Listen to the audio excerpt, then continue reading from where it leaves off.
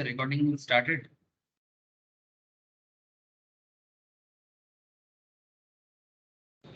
Yes, sir. Okay sir, चलो good morning again to all of you. अच्छा, तो आज का स्टॉक मार्केट में क्या होगा और मार्केट का सिचुएशन क्या है सर? इक्विटी डेरिवेटिव, अगर मैं थोड़ा सा एनआईएसएम या एनएससी का सिलेबस थोड़ा देख लूँ तो हम लोग कहाँ हैं एक बार देख लेते हैं। तो मैं स्क्रीन शेयर कर लेता हूँ सर, ठीक है। सिलेबस बीच बीच में इसलिए मुझे देखना पड़ता है क्योंकि जो लोग एग्जाम देगा उनको बताना पड़ता है कि सर हम लोग आगे बढ़ रहे हैं। ओके, अच्छा, तो अच्छा स्क्रीन शेयर है ना सर, एक कंफर्म करो सर।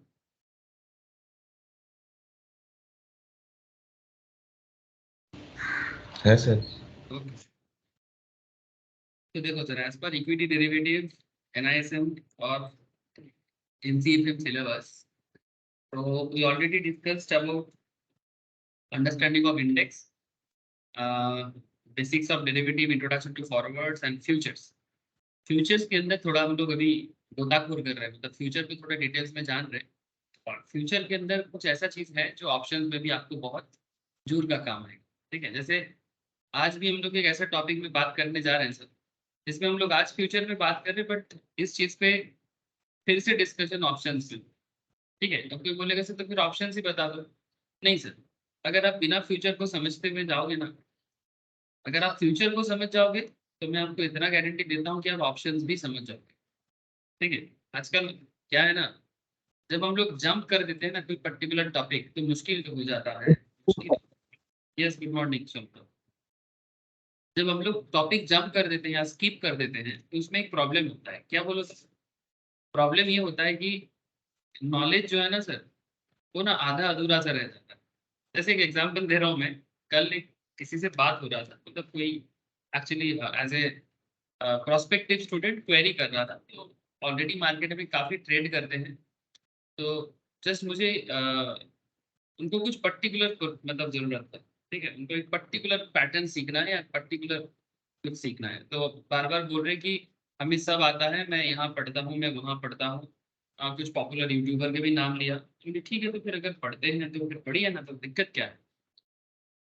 तो फिर उसका जवाब आ रहा है कि नहीं मुझे सब आता है, मैं मार्केट को के बिना कैंडल को देख के ही बाजार बता सकता हूँ। तो इस तरह से बता रहे हैं। बोले, अगर आपको सब पता है तो फिर आप टीचर क्यों ढूंढ रहे हैं? नहीं मेरे पास टीचर है। तो फिर मैं उनको पूछ रहा हूँ कि फिर लास्ट में एक, मतलब मार्केट के बारे में कितना सारा चीज बताया सर, बहुत सारा चीज बताया, तो इतना पता चल रहा है कि मार्केट में है। फिर पूछ रहा है कि अच्छा मुझे एक चीज बताइए, कैश मार्केट क्या है? वो मेरे को समझ में नहीं आता। Please try to understand sir. जो इंसान फ्यूचर ऑप्शंस में ट्रेड करते हैं और उनके कहने के मुताबिक वो डेली प्रॉफिटेबल ट्रेड करते हैं, लेकिन उनको यही नहीं पता कि कैश मार्केट क्या होता है। उनको लग रहा है कि कैश मार्केट मतलब जहाँ पर कैश का लेन देन होता है। आप लोगों को बात समझ में आ रहा है सर? हेलो, तो था बात समझ में आ रहा है? मतलब ऐसा होता है ना कि उधर 7 कांड रामायण पढ़ लिया, फिर पूछ रहे कि राम सीता का कौन लिखता है, ऐसे एक कहावत है ना सर। तो कहने का मतलब ऐसा है कि जब भी हम लोग मतलब बहुत बड़ा बड़ा चीज पढ़ना चालू कर देते हैं और हम लोग बेसिक चीज को ही भूल जाते हैं। जैसे मानो कि जैसे कि कैश मार्केट मतलब क्या सर? सर स्पॉट मार्केट को ही कैश मार्केट बोलते हैं, है ना। ये जो स्पॉट मार्केट है मतलब फ्यूचर एंड ऑप्शंस, उसका उल्टा होता है। वो कैश मार्केट नहीं होता है, उसको डेरिवेटिव मार्केट या फ्यूचर एंड ऑप्शंस मार्केट कहा जाता है। और जो स्पॉट मार्केट है यही cash market. So point is that कि जो इंसान इतना फ्यूचर एंड ऑप्शंस में ट्रेड करता है उनको यही नहीं पता कि अंडरलाइन क्या है। चलो अच्छा है सर, मतलब आजकल नॉलेज का एक अलग ही लेवल देखने को मिल रहा है। सब पता है पर कहीं ना कुछ प्रॉब्लम है। तो मुझे समझ में नहीं आ रहा है कि मैं उनको क्या जवाब दूं। फिर मैं उनको एक ही चीज बोला कि आपको बहुत पता है, आपको टीचर का जरूरत नहीं है। क्या बोलता मैं, ठीक है। बस यही बोला मैं कि आपको इतना सारा चीज पता है ना कि आपको टीचर का जरूरत नहीं है, आप खुद ही एक किताब हो। फिर यही बोला, बोले नहीं हम, तब फिर बोलता है हाँ हाँ मेरे को सब पता है। वेरी गुड, आगे बढ़िए। तो एग्जैक्टली सर, तो हम लोग ना ऐसे नहीं करेंगे सर, हर चीज को जानेंगे समझेंगे। अच्छा, तो आज आपको मैं क्या बताने जा रहा हूँ सर, आज ना हेजिंग सीखना है सर। हेजिंग, हेजिंग समझते हो? हेजिंग क्या होता है? अच्छा, पिंकी, सुमित, सोमकौर, good morning. Good morning good sir. Morning. Good morning. Morning. Hedging क्या होता है सर? हाँ, चला गया मेरा हेजिंग का नाम। तो सर हेजिंग विथ फ्यूचर्स, तो हेजिंग सिर्फ फ्यूचर में नहीं होता सर, ऑप्शन में भी होता है। लेकिन अगर आप फ्यूचर को समझ जाओगे ना, मैं इतना गारंटी देता हूँ कि जब ऑप्शंस पे भी आएंगे तो वहां पर भी आप हेजिंग करना समझ जाओगे। लेकिन सर शॉर्टकट नहीं अपनाना है, सीखना है ना, तो डिटेल्स में सीखेंगे कि हेजिंग होता क्या है। स्टडी नोट्स के एग्जांपल्स भी देखेंगे और रियल मार्केट में भी हम उसको कैसे इस्तेमाल कर सकते हैं, अप्लाई कर सकते हैं, उसके बारे में भी बात करेंगे। ठीक है, और इसके साथ साथ हेजिंग को तो समझना ही है। और एक टॉपिक है सर, हेजिंग के अंदर तो बहुत सारा चीजें हैं जो बताना जरूरी है। And there is another very important part जो आपको ऑप्शंस में भी बहुत जरूरी होगा। The concept is beta. Options market में जब आएंगे ना, तो वहाँ पर आपको बहुत जल्दी आ जाएंगे सर। आई थिंक अप्रैल से हम लोग ऑप्शंस में स्टार्ट कर देंगे डिटेल्स में। आई थिंक नहीं, एकदम 100% ऑप्शन ही ऑप्शन होगा। तो वहाँ पर ऑप्शन ऑप्शन स्ट्रैटेजी में बहुत बात होगा सर।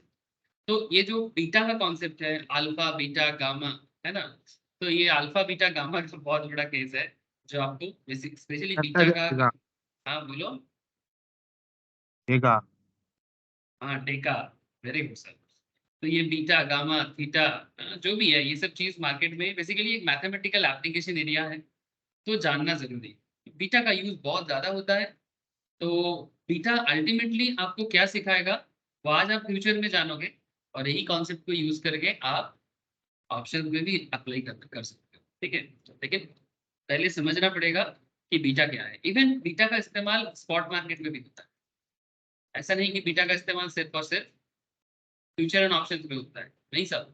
स्पॉट मार्केट मतलब कैश मार्केट में भी बीटा का इस्तेमाल होता है। ऐसा है क्या सर? बीटा इकोनॉमिक एप्लीकेशन है, बेसिकली एक मैथमेटिक्स है जिसका इस्तेमाल इकोनॉमिक्स में होता है। और इकोनॉमिक्स मतलब स्टॉक मार्केट इकोनॉमिक्स का एक पार्ट है। ठीक है, ऐसा समझने का मतलब नहीं है कि बीटा सिर्फ और सिर्फ फ्यूचर मार्केट या फिर ऑप्शंस मार्केट में इस्तेमाल होता है। बीटा क्या है ये जानना बहुत जरूरी है, लेकिन सब जानेंगे, धीरे धीरे आगे बढ़ेंगे। अच्छा, उससे पहले एक बहुत इंपॉर्टेंट बात सर, बात इंपॉर्टेंट खत्म ही नहीं होता। Yes sir. अच्छा, रिलायंस का कल देखे थे आप लोग? थोड़ा सा पॉजिटिव हुआ था, स्पिनिंग टॉप बना था। कल हम लोग स्पिनिंग टॉप पर पढ़ रहे थे और मार्केट भी, रिलायंस भी स्पिनिंग टॉप पे खत्म हुआ, मतलब इंडिसीजन चल रहा है। इंडिसीजन चल रहा है, चांसेस इज वेरी हाई कि बाउंस बैक करेगा। थोड़ा सा मतलब बैक गियर दे रहा है, बट बाउंस बैक करने का चांसेस इज वेरी हाई। अच्छा, एक बहुत इंटरेस्टिंग फैक्ट, निफ्टी का सिचुएशन देखा आप लोगों ने?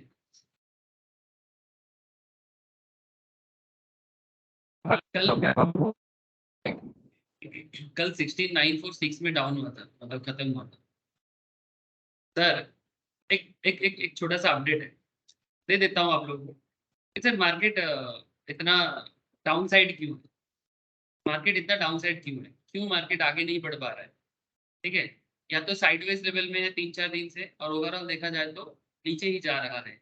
16,000 17,000 जैसे क्रॉस करने का मन ही नहीं है। ठीक है, यहाँ पर देख सकते हो आप, निफ्टी में भी एक खराबी पैटर्न बन रहा है। निफ्टी के अंदर भी एक खराबी पैटर्न बन रहा है ना? तो यहाँ से चांसेस इज दैट कि निफ्टी आगे बढ़ेगा। लेकिन सबसे बड़ा सवाल, एक फंडामेंटल रीजन आपको बताता हूँ कि निफ्टी का ऐसे डाउन जाने के पीछे एक बहुत बड़ा रीजन है सर। एफपीआई, एफपीआई समझते हो?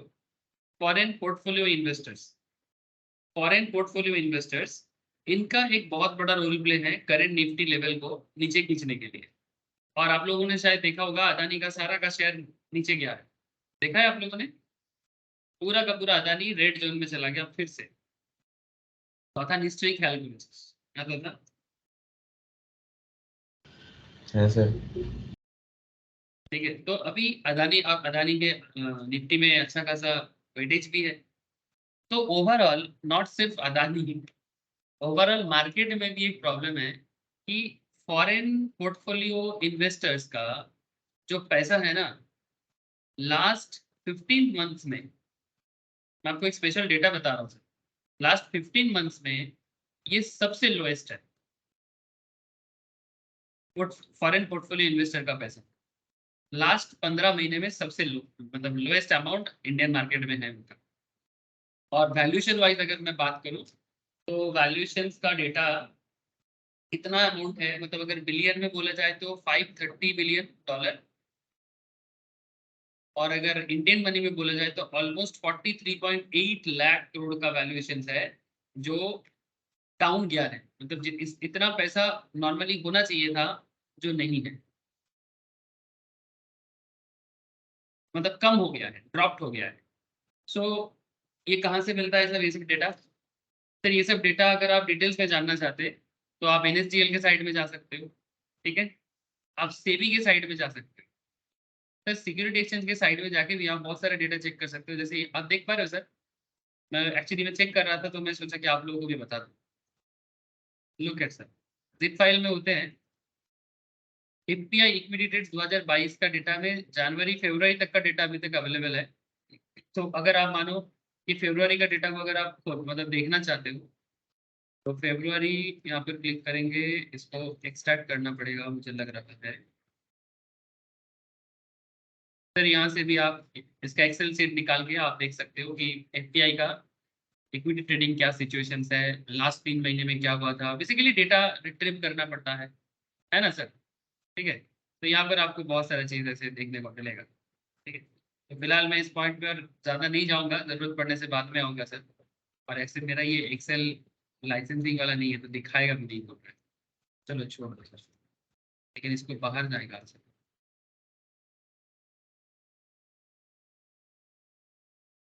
तो मेरा कहने का मतलब है कि मैं आपको डेटा तो दिया। अब बेसिकली ये वन ऑफ द रीजन है कि लास्ट 15 महीने में 15 मंथ्स में एपीआई का ट्रेड सबसे कम रहा है इंडियन मार्केट में। तो ये भी one of the big reason है कि मार्केट के पीछे का ये नेगेटिव सेंटीमेंट है।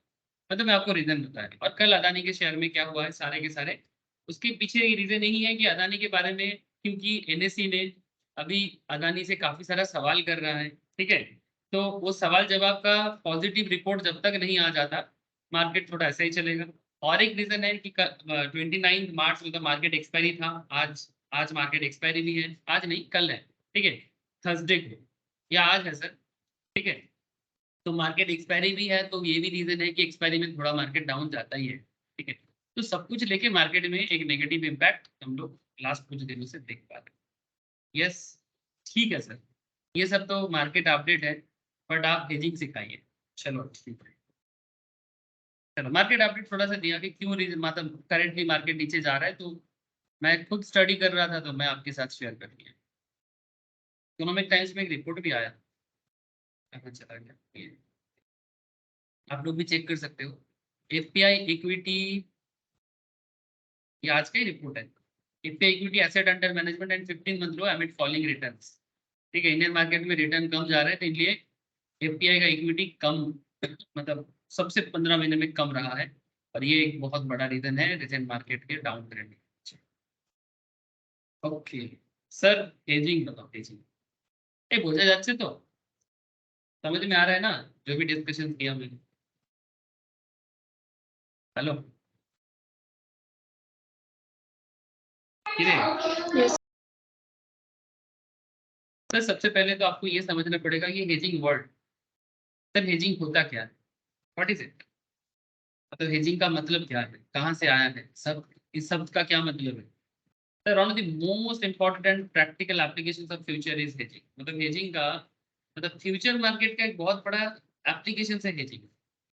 One of the most important, मतलब मार्केट में जो प्लेयर्स हैं, मार्केट प्लेयर्स है, प्लेयर्स मतलब ट्रेडर इन्वेस्टर्स, ठीक है, सभी कोई जो बिग ट्रेडर्स होते हैं, जो जो जो इन्वेस्टर्स भी, शॉर्ट टर्म इन्वेस्टर्स हो, लॉन्ग टर्म इन्वेस्टर्स हो, सभी के लिए एप्लीकेबल होता है सर। इनके लिए फ्यूचर हेजिंग एक बहुत बड़ा प्रैक्टिकल एप्लीकेशन है। कब होता है? जब मार्केट में कोई एडवर्स मार्केट मूवमेंट नजर आता है, तब हेजिंग का इस्तेमाल सबसे ज्यादा किया जाता है। एडवर्स मूवमेंट मतलब मतलब कुछ भी हो जाए मार्केट को गिराने से कोई नहीं रोक सकता, ऐसा situation, adverse negative market movements जरूरत से ज्यादा, मतलब उठने का नाम ही नहीं लेगा, बहुत खतरनाक। जैसे रिसेंटली अगर मैं इंडिविजुअल स्टॉक में बात करूं तो अदानी में रिसेंटली हुआ है शॉर्ट टर्म लेवल में, कोरोना के टाइम पे ओवरऑल मार्केट में रहा है ना। तो एडवर्स मार्केट मूवमेंट को अगर कंट्रोल करना है, अगर एडवर्स मार्केट मूवमेंट में अगर आपका कैपिटल को बचाना है, अगर अपनी पूंजी को बचाना है, अपने पैसा को बचाना है, तो उसका सबसे बड़ा तरीका है फ्यूचर मार्केट। सर ऐसा क्यों? सर ऐसा क्यों हो तो अभी आपको मैं बताता हूँ। लेकिन hedging is a simple work around two protect your trading positions. आप अपना ट्रेडिंग पोजीशन को प्रोटेक्ट कर सकते हो from making a loss. Sir loss को बचा सकते हो। पैसा कितना कमाओगे वो तो, ये कमाने के लिए नॉर्मली यूज नहीं होता है। हेजिंग नॉर्मली लॉस को प्रोटेक्ट करने के लिए बनाया जाता है। जैसे हल्का सा हेजिंग का कॉन्सेप्ट आप लोग यस्टरडे वाले मतलब लास्ट वीक के क्लास में देखा था। चलो थोड़ा सा एनालॉजी देखते हैं कि कैसे होता है हेजिंग। एक सिंपल सा एग्जांपल लेंगे फिर धीरे धीरे डेप्थ में जाएंगे sir. Imagine you have a small bit of vacant barren land just outside your house. Barren मतलब समझते हो ना? Barren land in the sense मतलब खुला जमीन आपके घर के सामने कुछ नहीं है, ठीक है, फाका जमीन जिसको हम लोग बोलते हैं, ठीक है। Imagine you have a small bit of vacant barren land just outside your house. Instead of seeing it lie vacant and barren, you decide to lawn the entire plot and plant a few nice flowering plant. Sir, what is the meaning of this? Sir मतलब ये बताना चाहते हैं कि आप अपने घर के सामने जो फाका सा, जो जिसको हम लोग बंगाली में बोलते हैं उठोन, ठीक है, फाका सा जो जमीन आपके घर के सामने है, उसको आप फाका ना रख के उसमें गार्डनिंग करने का डिसाइड किया और उसमें कुछ फूल पत्ते का पेड़ पौधा लगाने का सोचा। तो you nurture the little garden, water it regularly, पानी भी दिया, गार्डन भी बनाया, और आपने आपके आंखों के सामने उसको बढ़ते हुए देखा। Eventually your efforts are paid off and the lawn grows lush green, और बहुत सुंदर दिख रहा है, बड़े बड़े फूल पत्ता घास सब सुंदर एकदम ग्रीनरी बन गया सर आपके घर के सामने। इवन आसपास के लोग भी ईर्ष्या भी करते हैं और आके सेल्फी भी खींच के जाते हैं। तो finally start to blossom. As the plants grow and flowers start to bloom, it starts to attract attention of wrong kind, है ना, मतलब बहुत सारे खराब चीज भी आ जाते हैं। जैसे एक सिंपल से एग्जांपल एनिमल्स का, जैसे गाय, है ना, बकरी, गांव साइड में होता है ना, तो एनिमल्स जो होते हैं जो बेसिकली घास पत्ता बहुत पसंद करते हैं, आपका गार्डन सुंदर देख के आगे सब खा के चला जाएगा, सिंपल, स्ट्रे काउस। सो उनके लिए तो बहुत हॉट डेस्टिनेशन है। लेकिन एक सिंपल सा बात है सर, लेकिन आपने तो ये गार्डन को बहुत प्यार से बनाया था, क्या आप काउस को, स्ट्रे काउस को देंगे आपका गार्डन का, मतलब गार्डन को खराब करने थोड़ी ना दोगे। So you notice these stray cows merely grazing away the grass and spoiling the nice flowers. मतलब सारा चीज वो नष्ट कर रहा है, या फिर सिर्फ काऊ ही क्यों, बहुत लोग ईर्ष्या करके भी आपका गार्डन को खराब कर सकता है कि बहुत अच्छा गार्डन बना लिया, इसका गार्डन को खराब करो, ठीक है। So you are really annoyed with this and decide to protect your little garden. Simple बात है, ये गार्डन और कुछ भी नहीं है सर। गार्डन मतलब आपका लॉन्ग टर्म इन्वेस्टमेंट है, जो इतने दिन से प्यार से आपने ग्रो किया, ठीक है। आप अपने से फॉर एग्जांपल आपने 1 लाख मार्केट में इन्वेस्ट किया था, जो आज बढ़ के करीब 2,50,000 समथिंग पे चल रहा है, ठीक है। 1 लाख इन्वेस्ट करके may be with in 1 year 2 years 2.5 lakh valuation पे जा रहा है, या फिर 1 करोड़ आपने डाला था, 2.5 करोड़ का वैल्यूएशन पे जा रहा है, वट एवर भी जो भी आपका एज पर इन्वेस्टमेंट सिचुएशन। से फॉर एग्जांपल 10,000 इन्वेस्ट किया था, अभी 25,000 चल रहा है। जो भी समझना चाहते हो समझ लो sir, as per the individual capacity. Now the big question is, sir एक garden equals to long term investment? Yes sir, garden equals to आपका लॉन्ग टर्म होल्डिंग, जो काफी प्रॉफिटेबल सिचुएशंस में आज आपको बना के रखा है। और ये स्ट्रे काउस कौन है, या फिर जो चोर चकेला कौन है, चोर चक्का कौन है, या स्ट्रे काउस कौन है? इट्स लाइक अ मार्केट का बैड इम्पैक्ट, ठीक है, like Covid situations, like Russia का वार, रशिया यूक्रेन वार, या फिर China tension, India China tension, anything, कुछ भी रीजन हो सकता है जो मार्केट में नेगेटिव इम्पैक्ट डाल सकता है।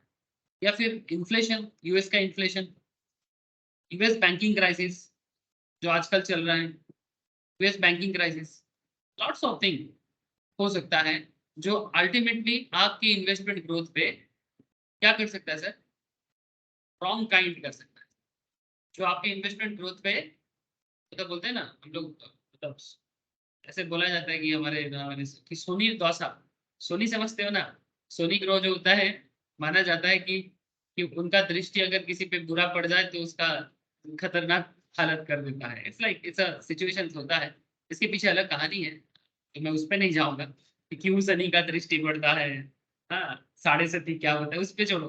लेकिन इट्स लाइक दैट कि आपका ग्रोथ पे किसी का नजर लग गया, ठीक है, आपकी ग्रोथ पे किसी का नजर लग गया। Now question is that sir, जब आपका 2.5 करोड़ का वैल्यूएशन 1 लाख डाल के या 1 करोड़ डाल के आपने जो मतलब मार्केट से 30, 40, 50% जनरेट किया था, क्या आप अपने आंखों के सामने सबको खराब होते देखोगे, है ना? तो नॉर्मली एक गार्डन बना के इंसान क्या करता है, उसके चारों तरफ फेंस लगाते हैं, है ना? फेंस क्यों लगाते हैं? फेंस क्यों लगाते हैं? ताकि गाय भैंस जो भी है या रास्ते का जो भी चोर चक्का है उनसे आप अपना गार्डन को प्रोटेक्ट कर सकते।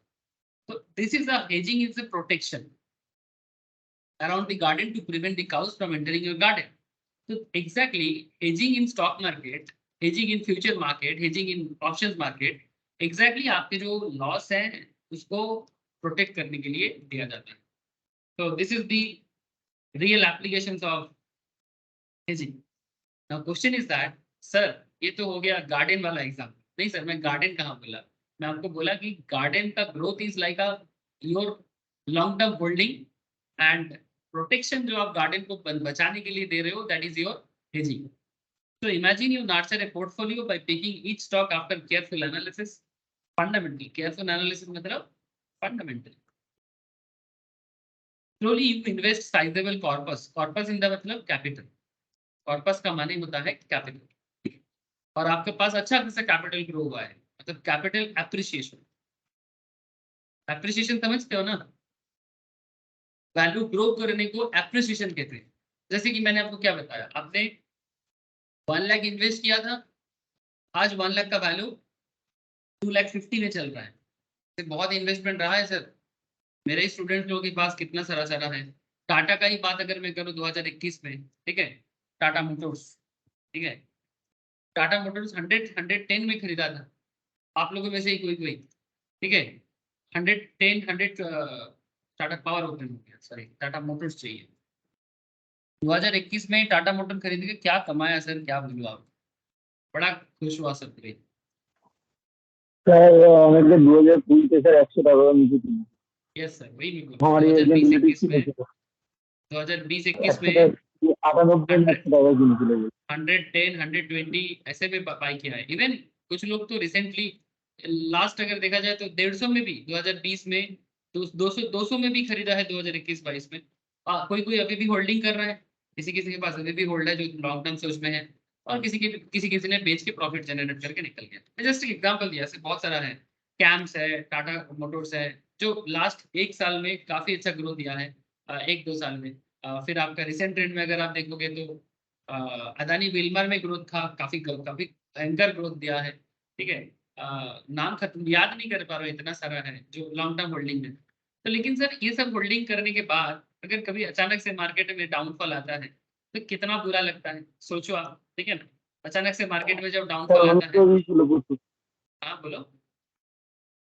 স্যার উইপ্রো প্রচুর ইয়ে প্রফিট দিয়েছিল লকডাউনে 300 ভেতরে ছিল লকডাউন চালানোর পরে সেটা 600 ওভার হয়ে গেছিল এখন আবার কমেছে किसे नाम बोल ली?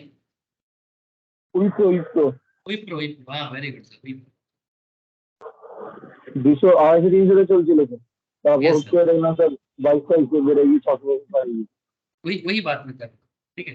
तो बेसिकली आप अपना कॉर्पस को ग्रो किया। सो कॉर्पस ग्रो मतलब capital appreciation, and that is like a garden का growth. So at some point after your money is invested in the market, you realize that market may soon enter a turbulent phase. Market में कुछ problem आने का chances है, और chances बहुत सारा हो सकता है। शॉर्ट टर्म छोटा मोटा प्रॉब्लम हो सकता है, लॉन्ग टर्म बिग प्रॉब्लम हो सकता है, और उसके कारण आपका पोर्टफोलियो में लॉस हो सकता है। And this is equivalent to streak out, grazing your lawn and spoiling your flower plants. To prevent your market positions from losing money, you construct a portfolio hedge by employing futures. इसी में future hedging काम करता है. And just like a future hedging is equivalent to fence. Fencing मतलब बेड़ा, ठीक है, मतलब जिसको हम लोग बंगाली में बोलते हैं, मतलब चारों तरफ बाउंड्री देना या बेड़ा लगाना, ठीक है, अराउंड योर गार्डन. तो कैसे बेड़ा लगाओगे, हाँ, किस तरह से प्रोटेक्ट करोगे अपने पोर्टफोलियो, कैसे लॉस से बच सकते हो. सर बहुत बारीकी से समझना है, सुनने में आसान लगता है, बट इसको करना स्किल्स का मैटर है, नॉलेज का मैटर. तो कैसे करना है ये धीरे धीरे समझना पड़ेगा. अगर आप अच्छे से हेजिंग को सीख पाते हो, hedging is a technique to ensure your position in the market is not affected by any adverse movement. Please don't be under impression that hedging is done only to protect a portfolio of stock. In fact, you can employ a hedge to protect individual stock positions with some restrictions. So, index ही नहीं, even आप individual stock को भी protect कर सकते हैं. ठीक है? तो कैसे? Hedging and but why? Hedging क्यों and क्यों करना है? ये बड़ा common सवाल है sir. Frequently, when one discuss about the hedging, is why really hedge positions? क्यों आप अपने positions पे hedge लगाना चाहते हो? Mutual fund companies भी करते हैं कभी-कभी. A trader or an investor has a stock which has purchased at 100. Example, चलो अब आपको अच्छा लगेगा, क्योंकि इतना देर से तो स्टोरी चल रहा था बैकग्राउंड. अब स्टोरी का रियल एप्लीकेशन देखना है धीरे धीरे. सपोज आपने किसी स्टॉक को 100 रुपीज में बाय किया था, बहुत अच्छा. Now he feels the market is likely to decline and so would he stop. Market down होगा, अगर आपको लग रहा है कि निफ्टी गिरेगा, और निफ्टी के साथ साथ मेरा इंडिविजुअल स्टॉक भी गिरेगा, क्योंकि निफ्टी में मेरा स्टॉक का अच्छा खासा वेटेज है. So given this, he can choose to do one of the following. क्या कर सकते हैं? कि कुछ ना करो, take no action and let this stock decline with a hope it will eventually bounce back. ऐसे ही कर सकते हो ना. मानो किसी ने अदानी में इन्वेस्ट करके रखा है. अच्छा, टाटा मोटर्स में भी आप सोच सकते हो. अच्छा, टाटा से अच्छा है अदानी में चलते हैं. अदानी एंटरप्राइज फ्लैगशिप वाला, अदानी एंटरप्राइज पे डाउनफॉल रहा है. तो जब अदानी में डाउनफॉल रहा, तो जिन लोगों का अदानी का होल्डिंग है, मेरे पास भी है सर, ठीक है, तो कहने का मतलब ऐसा है कि जब आप अदानी में होल्ड करते हो, तो आपको ऐसा लगता है ना कि मेरा स्टॉक आगे बढ़ेगा, ठीक है, लेकिन अचानक से डाउनफॉल हुआ है. तो इस सिचुएशंस में आप हेजिंग करके अपना इस जो लॉस हुआ है, ठीक है, आप होल्डिंग में हो सर मैं यहाँ पर ये मान के चल रहा हूँ कि आपने शॉर्ट सेल वगैरह नहीं किया, ठीक है, यहाँ पर शॉर्ट सेल कॉन्सेप्ट में भी बात नहीं कर रहा हूँ, ठीक है, वो अलग चीज होता है. लेकिन आपका लॉस तो हुआ है ना, नो डाउट. तो या तो आप बैठे बैठे देखो, अपना पोर्टफोलियो को लॉस हालत में देखो, और फिर इस उम्मीद में बने रहो कि भाई कभी ना कभी मेरा ये स्टॉक बाउंस बैक करेगा. ये एक तरीका है, ऑप्शन 1. पेशेंस की मैटर है सर. लॉस पोर्टफोलियो देखना सबको अच्छा नहीं लगता है, बहुत बड़ा पेशेंस की मैटर है. कभी कभी साल 2 साल लग जाता है पोर्टफोलियो बाउंस बैक करने में. हेलो, ये सर नो सर बोलो. कभी कभी नेगेटिव बाउंस, मतलब नेगेटिव हालत से पॉजिटिव जाने में साल 2 साल लग जाता है.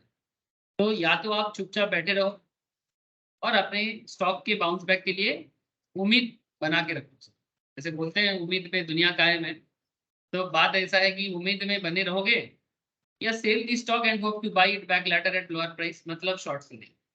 सेकंड ऑप्शन, ठीक है. तो जब मार्केट डाउन जाता है, तब आपके सामने 3 सिचुएशंस क्रिएट होता है. क्या क्या? या तो वेट कर जाओ, बाउंस बैक के लिए वेट करो, या तो अगर आप पहले से समझ जाते हो कि मार्केट में कुछ हो सकता है, जैसे कि अदानी हमें बता रहा था, अदानी हमें आइडिया दे रहा था कि मेरा कुछ तो होने वाला है. अच्छा सर, इसमें 2 पैटर्न काम करता है. एक तो टेक्निकल कैंडल स्टिक्स के ऊपर बेस करके भी, और साथ में जब ऑप्शंस पढ़ेंगे तो और भी बहुत सारा चीज आपको देखने को मिलेगा. मैं रिसेंटली ओपन इंटरेस्ट वगैरह भी बोलूंगा, वॉल्यूम भी बोलूंगा आपको, तो उसमें भी आपको बहुत सारा चीज पता लगेगा. मैंने अभी तक सारा पॉइंट बताया नहीं, ठीक है, अभी तो पार्टी शुरू हुई है सर. जब एक साथ सब हो जाएगा ना, फिर लास्ट में ना हम लोग चेक लिस्ट करेंगे, चेक लिस्ट. चेकलिस्ट में क्या होगा कि ट्रेड लेने से पहले क्या क्या चीज देखना जरूरी है, कौन सा ज्यादा मेजर इंपॉर्टेंट है, कौन सा माइनर इंपॉर्टेंट है, किस पे पर भरोसा करना चाहिए, किस पे भरोसा थोड़ा कम करने से भी चलेगा, ये सब लास्ट में बोलेंगे सर। अभी कहाँ, अभी तो सीखने का टाइम है। मतलब जैसे कि जब एक क्रिकेटर, एक बॉलर या एक बैट्समैन का अगर मैं बात करूं, जब वो बैटिंग सीखता है ना, तो पहले ना उसको डिफेंस सिखाया जाता है, ठीक है, उसको स्ट्रेट ड्राइव करना सिखाया जाता है, उसको कवर ड्राइव मारना सिखाया जाता है, स्क्वायर कट मारना सिखाया जाता है, ठीक है, स्वीप शॉट मारना सिखाया जाता है, पुल मारना सिखाया जाता है, हुक करना सिखाया जाता है। समझते हो सर ये सब चीजें? डिफेंस करेगा, स्ट्रेट ड्राइव मारेगा, कवर ड्राइव मारेगा, स्क्वायर कट करेगा, स्वीप शॉट मारेगा, पुल शॉट मारेगा, हुक शॉट मारेगा, और क्या कर सकता है? सर क्रिकेट सिखा रहे हो कि स्टॉक मार्केट? सर बात को समझो। तो जब आप अलग अलग, ये सभी चीज को आपको अलग अलग से सीखना है, इंडिविजुअली सीखना है। एक साथ डिफेंस, एक साथ कवर ड्राइव नहीं होता है, ठीक है? तो पहले इंडिविजुअली हर चीज को सीखना है। अच्छा, जब मैच में जाओगे तो मैच में क्या आपको बोल क्या आएगा, तब चेकलिस्ट आपको ऑटोमेटिक काम करेगा कि कौन से बॉल में डिफेंस करना है, कौन से बॉल में स्ट्रेट ड्राइव मारना है, और कौन सा बॉल में कवर ड्राइव मारना है। ये तो डिपेंड करता है कि बॉलर आपको कैसे बॉल फेंकता है उस पर। जस्ट लाइक मार्केट में लिया अगर मैं बोलूँ कि मार्केट आपके सामने क्या अपॉर्चुनिटी रखता है, उसके ऊपर डिपेंड करता है कि आपको कौन सा टेक्निक यूज करना है मार्केट में सफल होने के लिए। मार्केट के अंदर अपना ट्रेड पोजीशन लेने के लिए, ट्रेड लेने के लिए जरूरी थोड़ी है कि जो कुछ भी सीख रहे हो वो सारा चीज एक साथ काम करेंगे। नहीं सर, ऐसा थोड़ी होता है, ऐसा नहीं होता है। It's just like a match. पहले सीखना, हम लोग सीखने पे ऊपर फोकस कर रहे हैं भाई। तो जब सीख रहे तो इंडिविजुअली फोकस कर रहे हैं, फिर जब कंप्लीट हो जाएगा फिर उसका एक चेकलिस्ट बनाएंगे, और फिर जैसे जैसे हम लोग मार्केट में मैच की तरह खेलेंगे, तब एज पर द नीड, जो जरूरत होगा उसको यूज करेंगे। नॉट नेसेसरी कि जो कुछ भी सीख रहे हो वो सारा चीज एक साथ अप्लाई कर दें, ठीक है? मतलब विराट कोहली कभी ऐसा थोड़ी करता है कि जिस बॉल में डिफेंस मारते हैं उसी बॉल में स्वीप शॉट मार देते हैं, सेम बॉल में एक ही साथ। Not possible. या तो डिफेंस करो या तो स्वीप करो। और अगर मानो कि बैट्समैन के दिमाग में दोनों मन चल रहा है, मतलब डबल माइंड हो गया कि डिफेंस करूं कि स्वीप मारूं, डिफेंस करूं कि स्वीप मारूं, तो क्या करेगा? कैच आउट हो जाएगा। यही होता है। आधा सोच में आउट हो जाते हैं। तो आधा अधूरा सोच नहीं करना है, जो करना है पूरा करना है। सर आप क्रिकेट ज्यादा समझा रहे हो, स्टॉक मार्केट कम। सर वो तो मैंने आपको स्टार्टिंग में गार्डन बनाना भी सिखा रहा था। तो क्या बोलोगे सर, गार्डन बनाना सिखा रहे थे? चलो सर कोई बात नहीं, आप जो समझना है समझो। तो जब मार्केट आपके पोजीशन के ऑपोजिट में जाएगा, तो there are three situations you can do, ठीक है? एंड लास्ट जो इंपॉर्टेंट पोजीशन जो आज का क्लास का हॉट टॉपिक है, that is hedge the position. Hedge the position. Now how you can gauge the positions. First, let us understand what really happens when the trader decide not to hedge. पहले तो ये समझो कि अगर hedge ना करते तो क्या होता। हेलो, ये सबको समझ में आ रहा है? थोड़ा हाँ ना बताइएगा। मैं काफी देर तक कोई जवाब नहीं लिया आप लोगों से। हाँ, मुझे अच्छे। तो सबसे पहले ये समझना जरूरी है कि सर हेज करेंगे तो क्या होगा, वो तो देख लेते हैं। लेकिन पहले ये समझो कि अगर हेज नहीं करोगे तो क्या होगा। आपने स्टॉक बाय किया था 100 में, है ना? आपने स्टॉक को बाय किया था 100 में। लेटेस्ट से टेकलाइन होके 75 हो गया, तो you will assume eventually as time passes by the stock will bounce back to 100। मतलब समझ आएगा, और वो फिर से 100 में आएगा और मेरा लॉस भरपाई कर देगा, है ना? So the point here is when the stock eventually moves back to its original price, why should one really hedge? अगर 100 का शेयर 75 में गिर के फिर से 100 हो जाएगा, तो फिर हेज करने का ही क्या जरूरत है? ठीक जैसे ठीक जैसे अदानी का शेयर का अगर मैं बात करूँ, ठीक है, या फिर रिलायंस में भी कर सकते हो आप। रिसेंटली कोई भी स्टॉक उठा लो सर, डजेंट मैटर। अदानी का बात इसलिए करता हूँ क्योंकि अदानी आजकल बहुत चर्चा में है। कितने का शेयर था जब गिरा था? अगर मैं एवरेज 3000 मान के चलूँ, 3000 का शेयर 1500 में गिरा, फिर ऊपर नीचे हो रहा, इस उम्मीद के साथ कि फिर से अदानी 3000 में पहुंचेगा। लेकिन ऑलरेडी 3 महीना निकल चुका है। इंडियन बैंक जनवरी में रिपोर्ट दिया था, 25 जनवरी को। उसके बाद से 3 महीना ऑलरेडी पास हो चुका है, 2 महीना, अप्रैल अभी आया नहीं, आ जाएगा, 2.5 मंथ ऑलरेडी निकल चुका है, थोड़ा बहुत रिकवर किया है, स्टिल अभी भी टाइम है, क्या 3000 में पहुंच पाएगा अदानी? क्वेश्चन है, क्वेश्चन है, लेकिन कब पहुंचेगा? मेरा तो उम्मीद है ऑब्वियसली पहुंचेगा, ठीक है, लेकिन अभी समय कितना लगता है, नेगेटिव रिपोर्ट से कितना दूर का, मतलब कितना जोर से वो अपने आप को सेव कर पाता है, फंडामेंटली कैसे स्ट्रॉन्ग बन पाते हैं, सभी चीजें इंपॉर्टेंस ही रखता है, ठीक है, क्योंकि हिंडनबर्ग ने जो उनके ऊपर जो आरोप लगाया, वो आरोप कोई छोटा मोटा आरोप नहीं है। अब इसके ऊपर अभी एनएसी ने भी उनके ऊपर बोला कि भाई आप प्रूफ दिखाओ क्या सिचुएशन से नहीं है, ठीक है, तो अदानी अभी अपने अकाउंट्स वगैरह को ठीक करने में लगा हुआ है, ठीक है, अगर सारा सारा चीज ट्रांसपेरेंट हो जाए, तो अगर फिर से ट्रेडर का भरोसा जीत जाए अदानी, ठीक है, तो फिर अदानी का शेयर जितना चढ़ के नीचे गिरा है उतना चढ़ के ऊपर बढ़ जाएगा, ठीक है, लेकिन सर वही फिर से उम्मीद पे दुनिया कायम है, अनदर पॉइंट सर, तो ऑलरेडी आप 25 का लॉस में हो और उम्मीद पे हो कि इस आशा में हो कि बढ़ जाएगा। You would agree to drop from 100 to 75 with a 25% drop. However, when the stock has to move back from 75 to 100, it is no longer a scale back to 25%. Instead, it works out to that stock has moved by 33.33% to reach the original investment value. This means when the stock drops, it takes less effort to do so, but it requires extra effort to scale back to the original value. Sir, try to understand. क्यों इस value को, मतलब 100 से 75 में लाना 25% का drop देखा जा रहा है। जब मार्केट ड्रॉप होता है तो बहुत फास्ट होता है, ऐसा देखा गया है। एडवर्स सिचुएशंस में मार्केट का ड्रॉपिंग बहुत जल्दी होता है, लेकिन बाउंस बैक करना इतना जल्दी नहीं होता। मतलब ऐसा बोल सकते हो आप कि किसी भी चीज को बनाने में जितना समय लगता है, तोड़ने में इतना समय नहीं लगता, चाहे वो रिश्ता हो या स्टॉक, चाहे वो पैसा हो या व्हाटएवर, जो भी आप सोच रहे हो, दुनिया की किसी भी चीज को आप देख लो, बनाने में जितना समय लगता है, बिगाड़ने में उतना समय नहीं लगता। तो जब स्टॉक 100 से 75 में बिगड़ा है, 25% में ड्रॉप हुआ है, बट 75 से 100 में जाएगा, क्या उसमें भी 25% का होगा? तो बोल रहे हैं कि इसको 25 नहीं, इसको 33% मानो।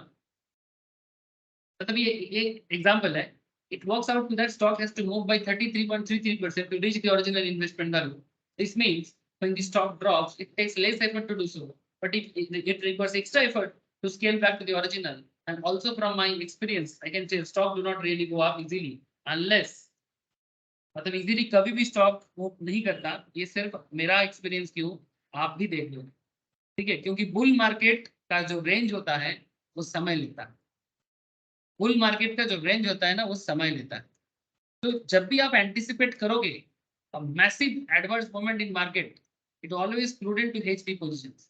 तो ये जो समय का मैटर है ना सर, ये जो समय का मैटर है, जैसे कि अदानी का गिरना कितना जल्दी रहा, मतलब ऑलमोस्ट 100% में गिरा है, 3000 का शेयर 1500 में।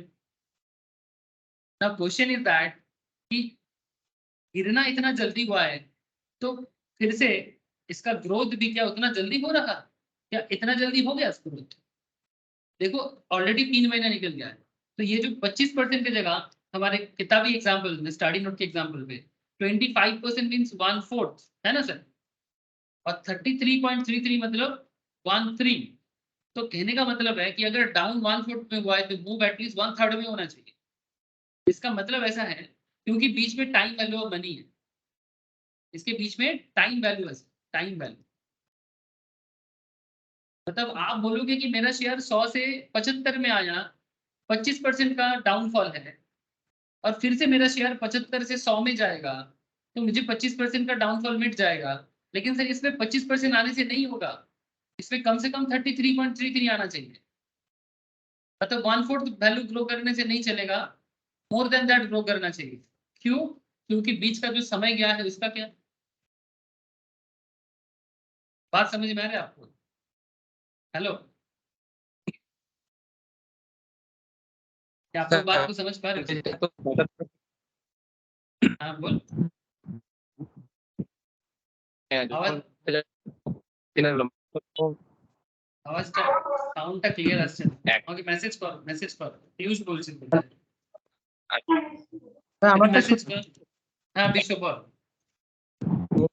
ওখানে 25টা যখন পড়েছে সেটা 25% ঠিক আছে, আর যখন উঠছে ওটা 25 টাকা উঠছে, ওটা 75-এর মধ্যে 25 মানে 1/3 ভাগ, ওই জন্য 1/3 হচ্ছে।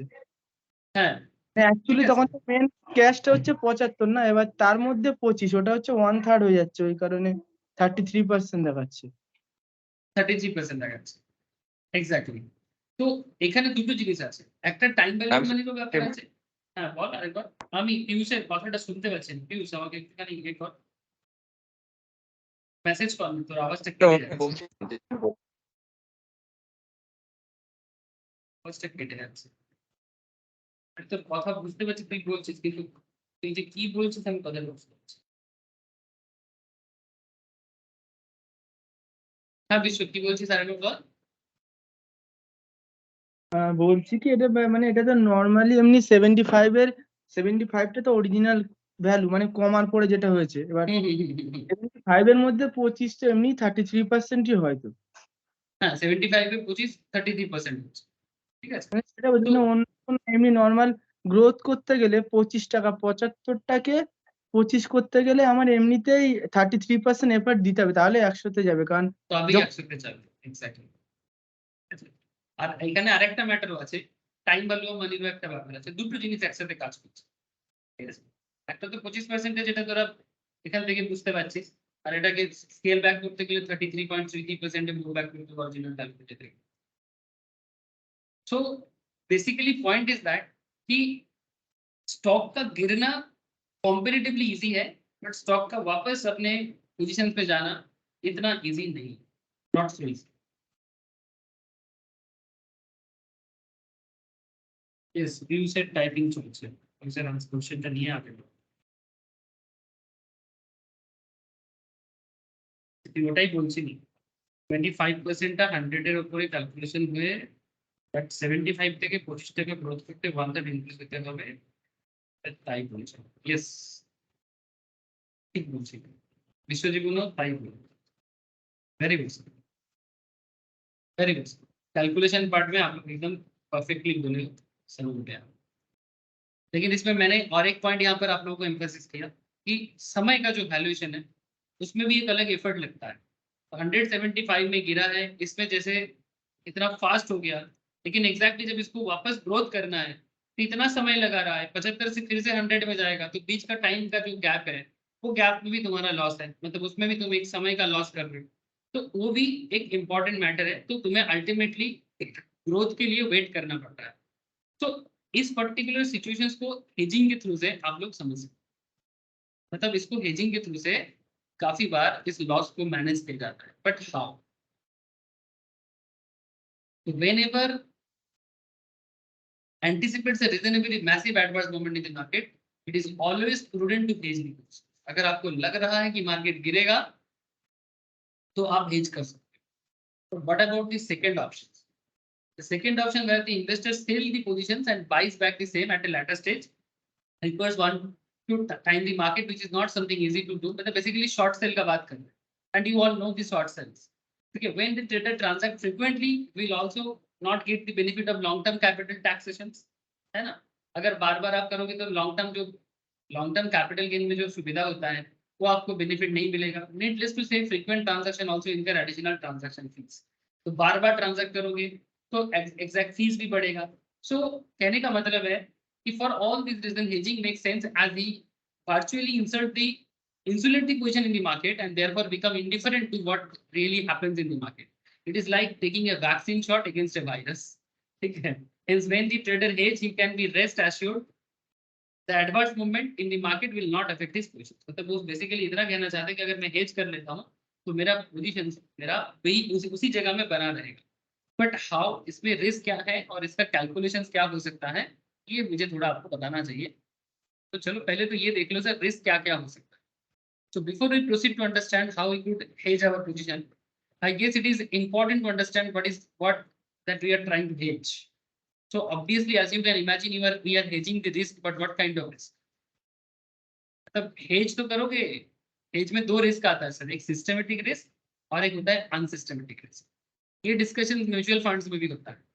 Systematic risk as well as unsystematic risk. Now the big question कि सर सिस्टमेटिक रिस्क क्या है और अनसिस्टमेटिक रिस्क क्या है? Systematic risk in the sense जिस रिस्क को आप समझ पाओगे, और अनसिस्टमेटिक मतलब जो आपके अंदर में नहीं चलता है। सर ऐसा क्या होता है? When you buy a stock or stock future, you are automatically exposed to both these risks. जब आप किसी स्टॉक को बाय करते हो तो आप ultimately systematic as well as unsystematic दोनों के सामने पड़ते हो। The stock can decline, stock decline करेगा तब आपका स्टॉक का शेयर 75 में आएगा, तो ऑब्वियस बात है कि आप 25 का लॉस खाओगे फॉर मेनी रीजन, जैसे कि रेवेन्यू डिक्लाइन करना कंपनी का प्रॉफिट मार्जिन कम हो जाना, फाइनेंसिंग कॉस्ट बढ़ना, मतलब मार्केट में लोन का rate of interest, financing cost मतलब लोन का रेट ऑफ इंटरेस्ट इसका बढ़ जाना, लेवरेज हाई मतलब टू मच लोन मतलब टू मच इंटरेस्ट पेमेंट होता है तो लेवरेज हाई हो जाता है। इसको हम लोग फाइनेंस में फाइनेंशियल लेवरेज में भी पढ़ते हैं सर, हाई लेवरेज। और लेवरेज क्या है आप लोगों को मैं पहले भी बताया। एंड मैनेजमेंट मिसकंडक्ट, अगर कंपनी का मैनेजमेंट ने कोई गलत काम करता है तो वो भी रीजन होता है कि मार्केट में किसी कंपनी का ग्रोथ को कम करता है और उसका इफेक्ट स्टॉक प्राइस में पड़ता है। तो ये भी एक रीजन है, रेवेन्यू डिक्लाइन करना, प्रॉफिट मार्जिन, जैसे पेटीएम, जोमेटो, नाइका, ये आज का जो सौदागर है, आज का सौदागर समझ रहे हो सर? पेटीएम, जोमेटो जैसे स्टॉक में जो डिक्लाइन नजर आया है आप लोगों को, देखा होगा आप लोगों ने। जोमेटो भी कितना चल रहा है सर?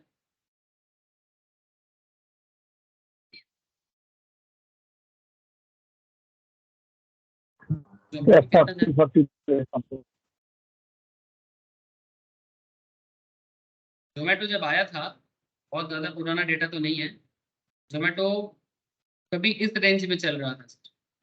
देखो अभी आने के बाद अच्छा ग्रोथ दिया था सर, लिस्टिंग गेन आया था जोमेटो में लिस्टिंग गेन भी आया था। उसके बाद जोमेटो वंस, हाँ बोलो तो 150 140 ছিল।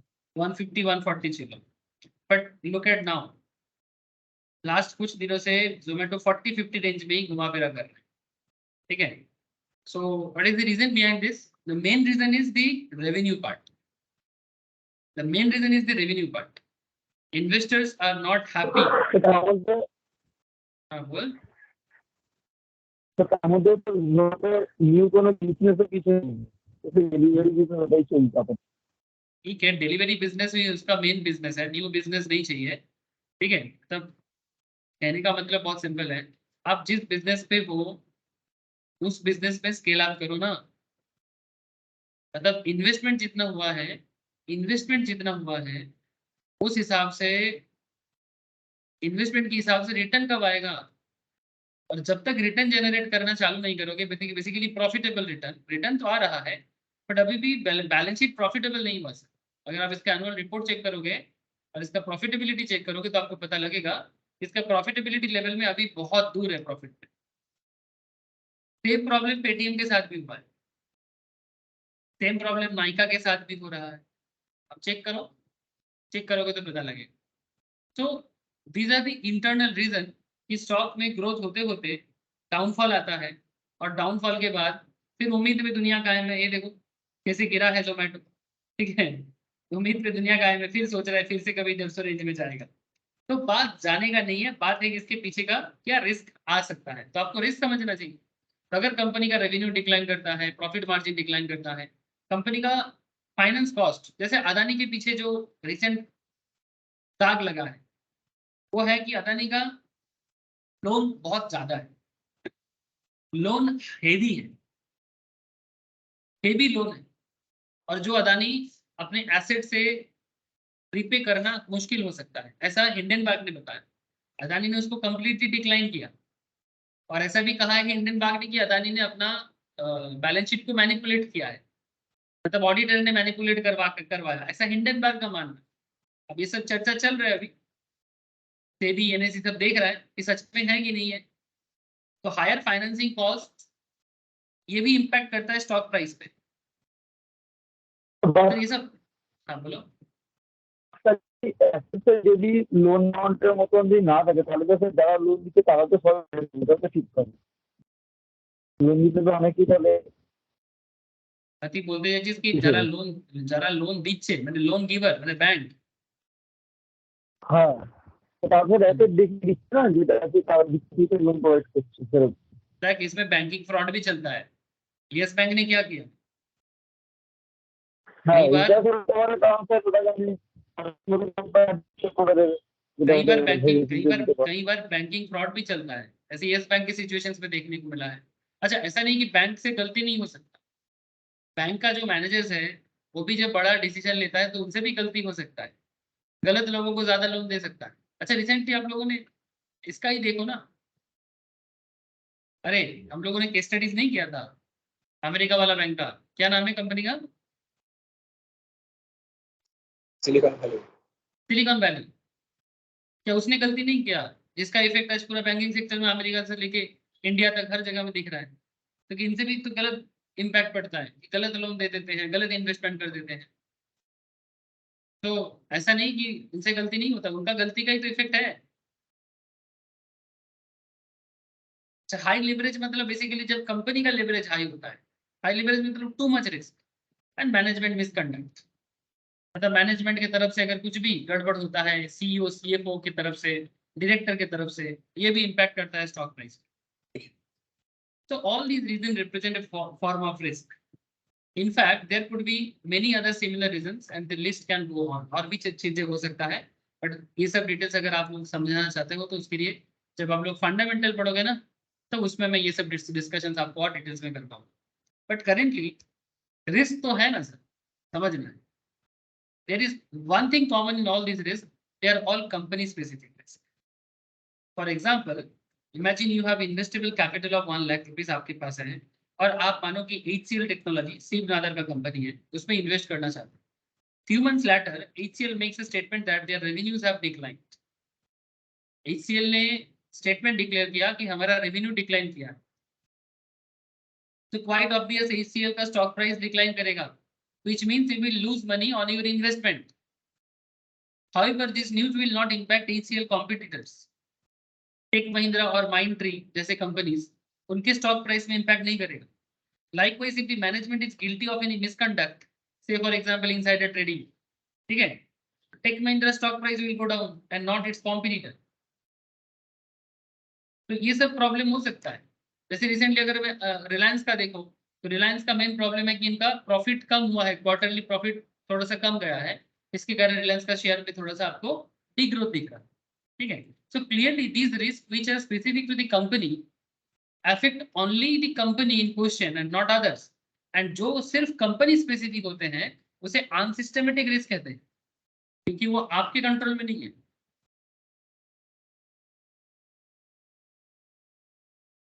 I hope you understand. So unsystematic risk can be diversified, meaning instead of investing all the money in one company, you can choose to diversify and invest in 2 to 3 different companies. ठीक जैसे mutual fund companies करते हैं। Mutual fund company कैसे hedge कर लेता है, एक जगह में सारा पैसा नहीं रखता। Don't put all your money in one basket, तो कम से कम 2, 3, 4, 5 कंपनी में डालो, डिफरेंट सेक्टर में भी डालो, मतलब कुछ आईटी में डालो, कुछ बैंक में डालो, कुछ ऑटोमोबाइल में डालो, something like that.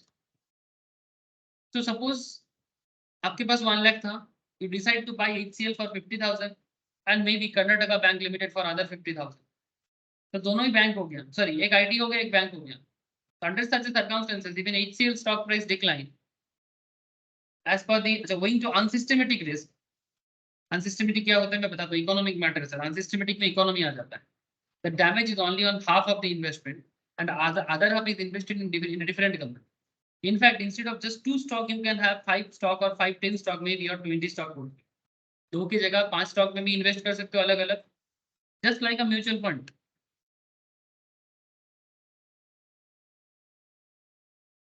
Just like a mutual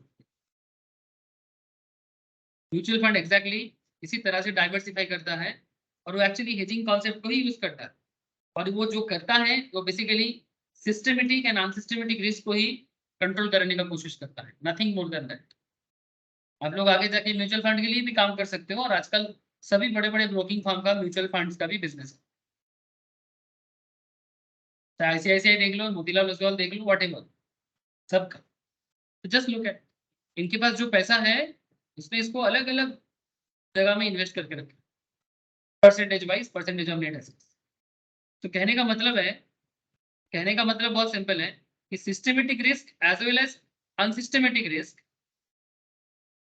दोनों को देखते हुए चलना है। तो अनसिस्टमेटिक तो कंपनी स्पेसिफिक हो गया, सर अभी सिस्टमेटिक तो समझा दो, हाँ समझाते हैं। तो इसका मतलब क्या हुआ कि आप 2 की जगह 5, 10, 20, सर प्रेफरेबल आप क्या करो? सर मेरा तो प्रेफरेबल है 5 से 10, इससे ज्यादा नहीं। और भी कम होगा तो चलेगा, ज्यादा स्टॉक में भी रिटर्न थोड़ा मुश्किल होगा। तो higher the number of stock in your portfolio, higher the diversification and therefore lesser the unsystematic. Obvious बात है, रिस्क तो कंट्रोल हो जाएगा। प्रॉफिट के बारे में बात नहीं कर रहे अभी, लॉस को कम करने के बारे में बोल रहे हैं। तो this leads us to very important question. मतलब क्यों मैंने ये बात कहा कि जब बात प्रॉफिटेबिलिटी का है ना, ऑब्वियसली बात प्रॉफिटेबिलिटी का है, बट हम लोग हेजिंग पढ़ रहे हैं। हेजिंग में हमारा पर्पस है मेरा इन्वेस्टमेंट वैल्यू को लॉस से बचाना। तो इसमें आप जितना ज्यादा डाइवर्सिफाई करोगे, मैक्सिमम अगर 50 स्टॉक भी डाइवर्सिफाई कर देते हो as per your investment value, ठीक है, तो आपको और ज्यादा रिस्क कंट्रोल हो जाएगा। लेकिन अगर प्रॉफिटेबिलिटी का मैटर है, जो नॉर्मली फंडामेंटल कॉन्सेप्ट है, वर्ल्ड के कोई भी बड़े बड़े इन्वेस्टर का आइडिया देख लो, चाहे वॉरेन बफेट से लेके झुंझुनवाला तक, हार्डली 5 to 10 स्टॉक इनफ होता है। इससे ज्यादा स्टॉक में डाइवर्सिफाई करने का कोई मतलब नहीं। वो भी ज्यादा बोल दिया मैं, कोई तो बोलता है कि 3 से 4 स्टॉक इनफ होता है अपना प्रॉफिटेबिलिटी को बनाने के लिए। This leads us to very important question, how many stocks should a good portfolio have so the unsystematic risk is completely diversified? Research ने कहा कि अप टू 21, ज्यादा नहीं।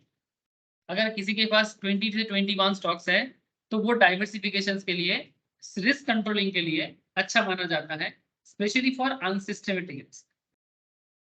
मतलब जो कंपनी स्पेसिफिक रिस्क होता है, जो आपके हाथ में नहीं है।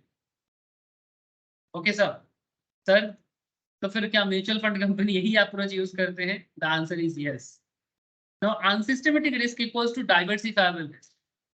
Unsystematic risk equals to diversifiable risk. और सिस्टमेटिक रिस्क का क्या, चलो वो भी बताते हैं। यहाँ पर आपको देखो रिस्क पैरामीटर को हाईएस्ट 7 में दिया गया। अगर 1 स्टॉक है तो रिस्क 7 है, 5 स्टॉक है तो रिस्क थोड़ा कम हो जाएगा। जितना जितना स्टॉक बढ़ता जाएगा उतना उतना रिस्क कम होता जाएगा। और सिस्टमेटिक रिस्क तो मार्केट में रहेगा ही। सर सिस्टमेटिक रिस्क के बारे में थोड़ा बता दो। अच्छा ये ग्राफ क्लियर है? ग्राफ समझ में आ गया आप लोग? सिंपल इकोनॉमिक्स है।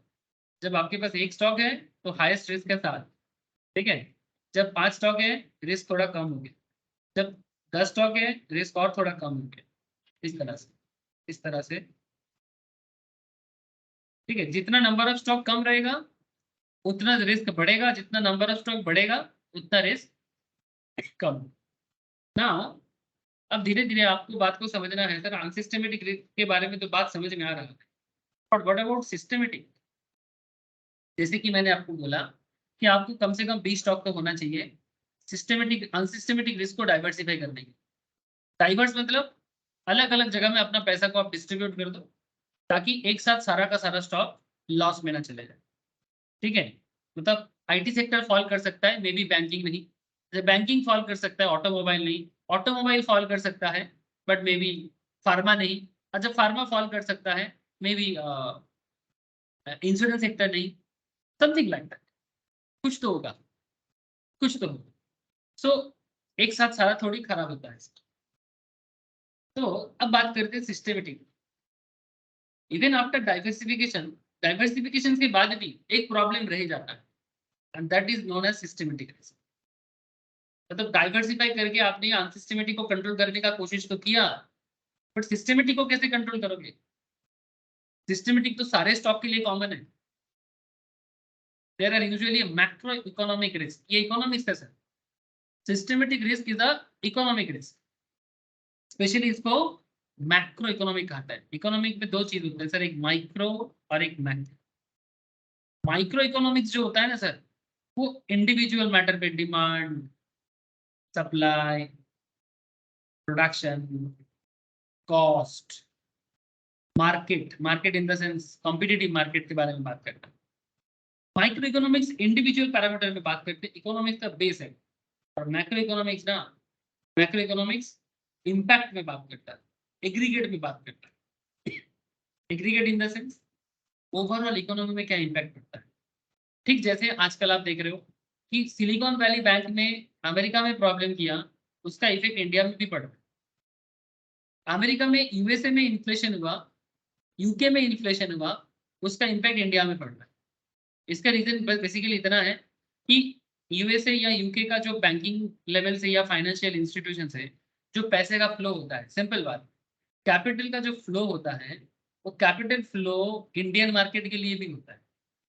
और कैपिटल फ्लो अगर इंडियन मार्केट के लिए भी कम हो जाता है due to inflation in USA, due to banking failurity in USA, तो उसका इम्पैक्ट सिंपल बात है कि इंडियन मार्केट में पड़ेगा। भाई सिंपल बात है, जब भी पैसा का फ्लो में इफेक्ट पड़ेगा, चाहे घर का इकोनॉमी हो या देश का इकोनॉमी, आपके घर में भी जब कैपिटल का फ्लो कम होता है, पैसे का कमती आता है, तो इम्पैक्ट तो पड़ता है ना। एग्जैक्टली वही चीज है कि चाहे घर का इकोनॉमी हो, चाहे देश का इकोनॉमी, चाहे वर्ल्ड इकोनॉमी, ये सबके ऊपर पड़ता है। ठीक है, जैसे डीग्रोथ इन जीडीपी, जैसे अगर आप लोग सुनते होंगे कि इंडियन जीडीपी ग्रोथ, ऐसे इंडियन जीडीपी ग्रोथ करेंटली क्या बता रहा है, तब गूगल के एक बार देख पूछते हैं एक बार, जीडीपी ग्रोथ कितना है सर, कोई आइडिया?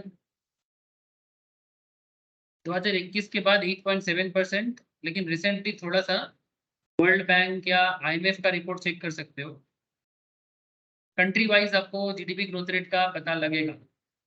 ये वर्ल्ड बैंक का साइट है सर।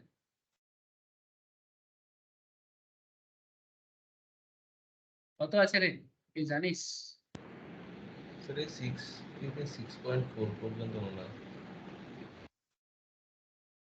तब अगर 2021 से जो वर्ल्ड बैंक का जो रिपोर्ट बता रहा है, उसमें 8.7 का रिपोर्ट दिखा रहा है। अफगानिस्तान में देखो -20 जीडीपी ग्रोथ है। ठीक है, रीजन आप सबको पता है, अगर पता ना भी है तो फिर कभी बात करूंगा। ऑस्ट्रेलिया में 2.2, बांग्लादेश 6.9, बारबाडोस, पाकिस्तान का कहाँ चला, तो पड़ोसी का खबर रखते हैं, चाइना 8.1, सर ये खतरनाक पड़ोसी है। ठीक है, just for the understanding purpose मैं आपको बता रहा था। बाकी आपको और रिसेंट डेटा चाहिए तो आप जैसे किसी भी वर्ल्ड बैंक या आईएमएफ के डेटा पे भरोसा कर सकते हो। ठीक है, तो वो एक्चुअली एक न्यूट्रल रिपोर्ट जनरेट करने का कोशिश करता है। Now question is that GDP में डिग्रोथ होने का अगर बात होता है, ठीक है, तो जीडीपी डिग्रोथ कब होता है, जब इंडस्ट्रियल सेक्टर में पैसा का कमती है, या फिर industrial sector, sub sector, 3 sector है mainly, industry, agriculture as well as service. तीनों सेक्टर में जब इम्पैक्ट पड़ता है तो ओवरऑल जीडीपी डिग्रोथ होता है। ठीक है, करेंटली इंडिया के बारे में दुनिया का जो सोच है वो पॉजिटिव ही है, कॉम्पेरेटिव। अच्छा, इंटरेस्ट रेट टाइटनिंग, सर ये कौन करता है? सर ये आरबीआई करता है। मैं सुनने को आ रहा है कि फिर से रेपो बढ़ सकता है। रेपो बढ़ना मतलब इंटरेस्ट रेट टाइट होना। इंटरेस्ट रेट टाइट होने से बैंकिंग सेक्टर में इफेक्ट पड़ता है, बिल्कुल होता है, क्योंकि बैंकिंग बिजनेस में हैम्पर होता है। इंटरेस्ट रेट अगर लूज होगा, लोग ज्यादा लोन लेगा तो बैंक का बिजनेस बढ़ेगा। इंटरेस्ट रेट हाई हो जाता है, रेपो बढ़ा देता है, तो इसका इम्पैक्ट नो डाउट पड़ता है। ये सब बेसिक्स ऑफ स्टॉक मार्केट में पढ़ाया जाता है। तो मेरा अगर आप बेसिक का क्लास करोगे तो वहां पर मुझे बैठे बैठे मैं खोल के बात करता हूँ। इन्फ्लेशन, महंगाई, ये तो जानते ही हो सर आप। Lack of production in the economy, जैसे कि पाकिस्तान में देख रहे हो आप, इंडिया में जैसे बड़े आबादी वाले देश में इन्फ्लेशन लेवल 5% मतलब बहुत होता है। ठीक है, फिजिकल डेफिसिट, फिजिकल डेफिसिट मतलब फाइनेंशियल डेफिसिट, कंट्री कितना एक्सपोर्ट इंपोर्ट कर रहा है। अगर एक्सपोर्ट लो है, इंपोर्ट हाई है, तो नॉर्मल बात है कि डिफिसिट होता है। इंडियन इकोनॉमी अभी भी डेफिसिट इकोनॉमी है, बिकॉज अभी भी हम लोग ज्यादातर चीजें इंपोर्ट करते हैं। एक्सपोर्ट बढ़ रहा है हम लोग का, पहले से ज्यादा हुआ है, बट अभी बहुत दूर जाना है। मतलब अगर हम लोग 450 बिलियन का एक्सपोर्ट करते हैं, 650 बिलियन का इंपोर्ट करते हैं, तो 450 से 500 बिलियन का एक्सपोर्ट करते हैं, मतलब अभी भी 150-200 बिलियन का डिफरेंस है डॉलर में। फिजिकल डेफिसिट भी इकोनॉमी का एक ओवरऑल चीज है। And as well as geo political risk, चाहे इंडिया चाइना प्रॉब्लम हो, इंडिया पाकिस्तान प्रॉब्लम हो, रशिया यूक्रेन प्रॉब्लम हो, या फिर नाटो वर्सेस रशिया हो, whatever be the reason, उसका इम्पैक्ट भी इकोनॉमी में होता है, जो अभी चल रहा है। ठीक है, of course the list can go on, लेकिन आज सपोज ये सभी रिस्क, चाहे वो आपके पोर्टफोलियो में 20 स्टॉक है, चाहे आपके पोर्टफोलियो में 10 स्टॉक है, सभी प्रॉब्लम इसके अंदर आता है। ये सर नो, बोलो सर। चाहे आप कितना भी पोर्टफोलियो को डाइवर्सिफाई कर दो, क्या आप सिस्टमेटिक रिस्क का सामना तो आपको करना ही पड़ेगा। ये sir no.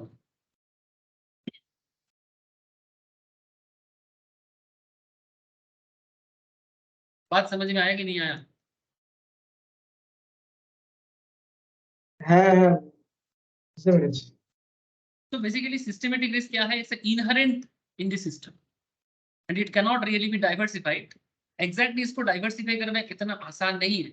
However, systematic risk can be hedged. So when we are talking about hedging, to bear in mind that it is not the same as diversification. Hedging करना और diversification करना is not the same thing. There is a difference. Point to be noted, sir. बहुत बार हम लोग थोड़ा confuse हो जाते हैं कि क्या डाइवर्सिफाई करना ही हेज होता है? The answer is no. We diversify to minimize unsystematic risk and we hedge to minimize systematic risk. This is the difference. The big question of the day, हम लोग डाइवर्सिफाई करते हैं company specific risk को कम करने के लिए, और हम लोग हेज करते हैं सिस्टमेटिक रिस्क को कम करने के लिए। ये बेसिक फर्क है, ये बेसिक फर्क है डाइवर्सिफिकेशन पे और हेजिंग में। साउंड मतलब ऐसा लगता होगा कि सिमिलर है, बट नॉट सिमिलर। हेजिंग है सिंगल स्टॉक, चलो एक एग्जाम्पल, ठीक है, जो आप लोग का आइडिया पूरा क्लियर करेगा। एक सिंगल स्टॉक पे हेज, तो first talk about hedging a single stock future, और उसके बाद धीरे धीरे निफ्टी वगैरह में भी आप देख सकते हैं। इमेजिन आपके पास किसी कंपनी का 250 शेयर्स है, किसका है? मानो इन्फोसिस का। सर ये जो एग्जांपल में दिया है 2284, अभी आपका आज का प्राइस है, तो आज के हिसाब से आप सोच सकते हैं अभी कितना चल रहा है इन्फोसिस। आई थिंक 1300 समथिंग है ना। तो इन्फोसिस 250 शेयर 2284 करके तब चल रहा था। This works out an investment of 5,71,000। Clearly you are long on Infosys in this spot. आप इन्फोसिस के बारे में लॉन्ग हो, मतलब आप लंबा जाना चाहते हो, होल्ड करना चाहते हो। तो जैसे आपने इनिशिएट कर लिया, आपको पता लग रहा है कि इन्फोसिस का क्वार्टर रिजल्ट आने वाला है, and you are worried Infosys when he announces a not so favourable set of numbers. मतलब आपको लग रहा है कि उसका कोई पर्टिकुलर अच्छा चीज आने वाला नहीं है, तो आपको ऐसा लग रहा है कि स्टॉक डिक्लाइन करेगा। तो avoid making a loss in the spot market, you decide to hedge the position. ठीक है, तो आपने ऐसा सोचा। In order to hedge the positions in spot, we simply have to enter a counter position. तो हम लोग काउंटर पोजिशंस पे जाएंगे। तो क्या करेंगे?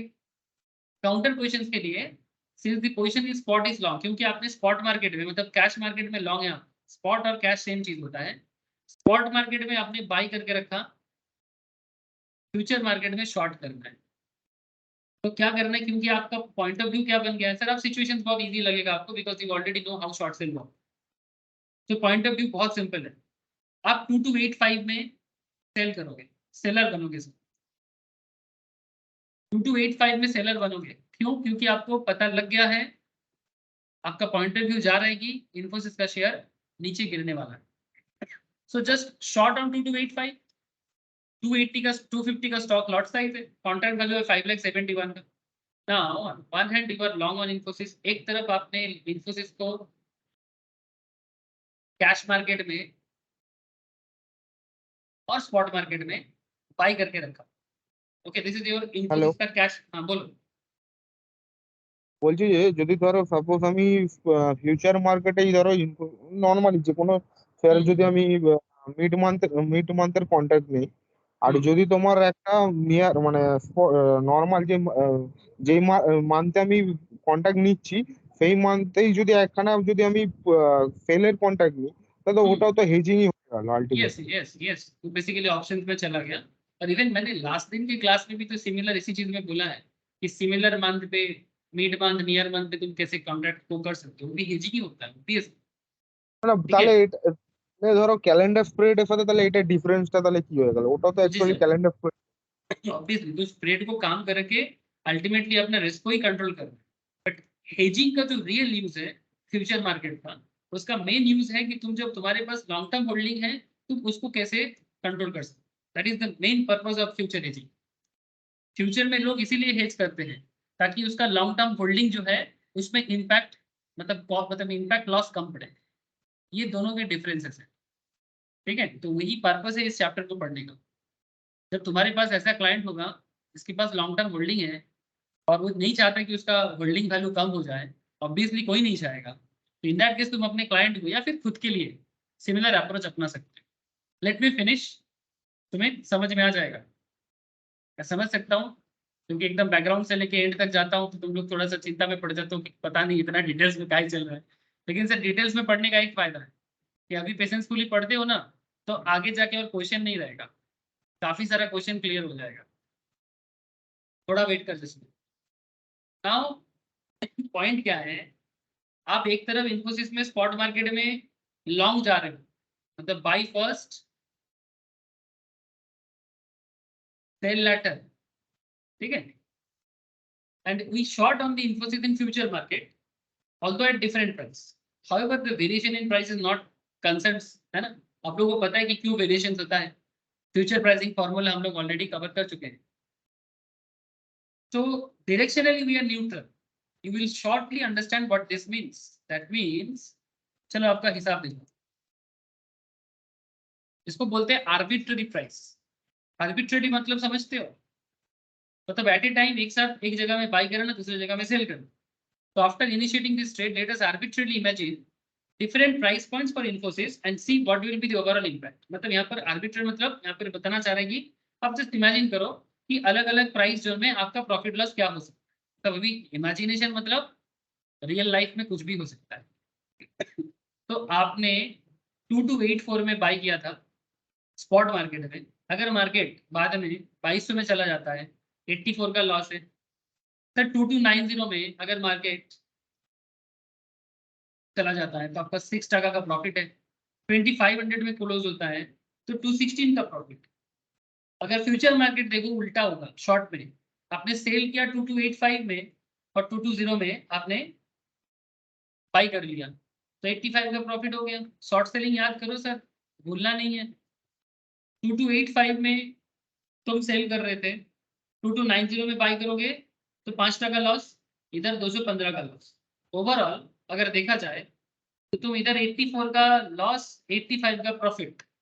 तो लॉसेस मतलब net PL is 1 rupee, 6 rupee profit, 5 rupee loss, 1 रुपी का प्रॉफिट, 216 का प्रॉफिट, 215 का लॉस, 1 रुपी का। सो डायरेक्शनली आप कहीं नहीं गए सर। अगर आप ये शॉर्ट ना करते फ्यूचर मार्केट में, अगर आप फ्यूचर मार्केट में शॉर्ट ना करते तो आप 84 का लॉस, 6 का लॉस, सॉरी 6 216 और 6, ठीक है, কত হচ্ছে 6টা প্রফিট আছে লং করে শর্টে তোমার ওটা সরি লং এ 6 টাকা প্রফিট আছে আর হচ্ছে তোমার শর্টে 5 টাকা লস আছে, টোটাল মিলিয়ে 1 টাকা প্রফিট হয়েছে নেট পিএল এ। আর এইদিকে তোমার তো 84 টাকা প্রথমে লং এ লস হয়ে গেছে আর यस তার নিচেটা 16 টাকা প্রফিট হয়েছে আর 215 টাকা টোটাল মিলিয়ে ওভারঅল সিচুয়েশন 1 টাকাই প্রফিট হয়েছে। नहीं, अगर तुम सिर्फ लॉन्ग में रहते तो तुम प्रॉफिटेबल ही थे, पॉइंट भी नोट। 84 का लॉस और बाकी अलग अलग सिचुएशंस में ऐसा हुआ, ठीक है। मतलब ये डिपेंड करता है कि अगर आप 2200 में खत्म करते तो इतने का लॉस है, लेकिन अगर आपका सिचुएशन देखो 2290 मतलब क्या, तुम देखो तुमने जब लॉन्ग किया था तो तुम्हारा एक्सपेक्टेशन क्या था, तुमने जब लॉन्ग किया था एक्सपेक्टेशन यही था कि मार्केट बढ़ेगा, लेकिन मार्केट बढ़ेगा तो आपको कोई दिक्कत नहीं था। बट अगर मार्केट नीचे गिर गया तो प्रॉब्लम है ना। तो अगर आपको कभी मार्केट में लगता है कि मार्केट में सिचुएशन एडवर्स हो सकता है, तो अल्टीमेटली तुम अपने पोजीशंस को कैसे कंट्रोल कर सकते हो? तो कंट्रोल करने का सिस्टम ऐसा है कि यहाँ पर प्रॉफिट करना is not your purpose. Your purpose is आपका जो होल्डिंग है उसको लॉस से बचाना। तो आप बस एक बेड़ा लगा दे रहे हो, शॉर्ट करके ये हेजिंग कर रहे हो आप, इसमें बेड़ा लगा रहे हो आप, फेंसिंग कर रहे हो और आपका लॉस को बचा रहे हो ओवरऑल। तो ओवरऑल आपने एक्चुअली लॉस नहीं खाया सर, मार्केट गिरा बट आपने लॉस नहीं, है ना? मार्केट गिरा बट आपने लॉस नहीं। तो यही मेन पर्पस था इसका। So to point is note that here, irrespective of whether the price is headed, the position will neither make money nor lose money. ना तो पैसा बनाओगे ना तो पैसा जाएगा. It is as of the overall position is frozen. In fact, the position becomes indifferent to the market, which is why we say when a position is hedged, it stays neutral to the overall market conditions. जब किसी position पे आप hedge करते हो तो basically आप neutral expect करते हो, ना तो मुझे गियर बढ़ाना है ना तो मुझे गियर कम करना है, मुझे चुपचाप वही जगह में खड़े रहना, ना तो लॉस में जाना है ना तो प्रॉफिट में जाना। So hedging single stock position is very straightforward with no complications. But we can use the stock future contract to hedge the positions. But to use the stock future positions, one must have the same number of shares at that of lot size. Lot size में भी same number of share होना चाहिए जितने का उसको holding है. If they vary, the peer will vary and positions will no longer be perfectly hedged. And this leads to a few important questions. मतलब जब आप लोग फ्यूचर में हेज करोगे, इंडिविजुअल में प्रॉब्लम नहीं होता है, बट फ्यूचर में सिमिलर अमाउंट होना चाहिए, ठीक है? जैसे example, what if I have a position in a stock that does not have a future contract. Suppose मेरे पास कोई स्टॉक है जिसमें मेरा फ्यूचर कॉन्ट्रैक्ट नहीं है, तो for example south Indian bank does not have future contract, ठीक है? मानो मार्केट उसमें फ्यूचर कॉन्ट्रैक्ट का ऑफर नहीं देता, does that mean I can not has a spot position in south Indian bank? The example considered the spot positions value is 5,70,000 मानो, but what if I have a relatively small positions that is 50,000 or 1 lakh? It is possible to hedge such positions. बात समझे sir? South Indian bank आपको future market में मौका नहीं दे रहा, सिर्फ spot market में। तो इसमें ये देखना पड़ता है कि सपोज एग्जांपल कि आपका स्पॉट पोजीशंस पे टोटल वैल्यू है 5,70,000 स्पॉट मार्केट, ठीक है? But if I have a relatively small positions that is 50,000 और 1 lakh, it is possible to hedge such positions? क्या संभव है? क्वेश्चन है, is it the question? In fact, the answer to both this question is not really straightforward. We'll understand how and why shortly. For now, we will proceed to understand how we can hedge multiple spot positions, usually a portfolio. In order to do so, first we need to understand something called beta of a stock.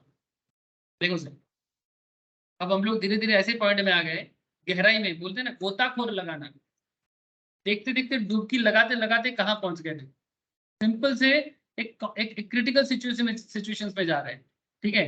अब हमें beta देखना पड़ेगा, ये stock के beta के ऊपर, मतलब beta क्या होता है basically? Beta is the sensitivity of the stock, beta is the sensitivity of the stock. अब हाउ टू अंडरस्टैंड सेंसिटिविटी?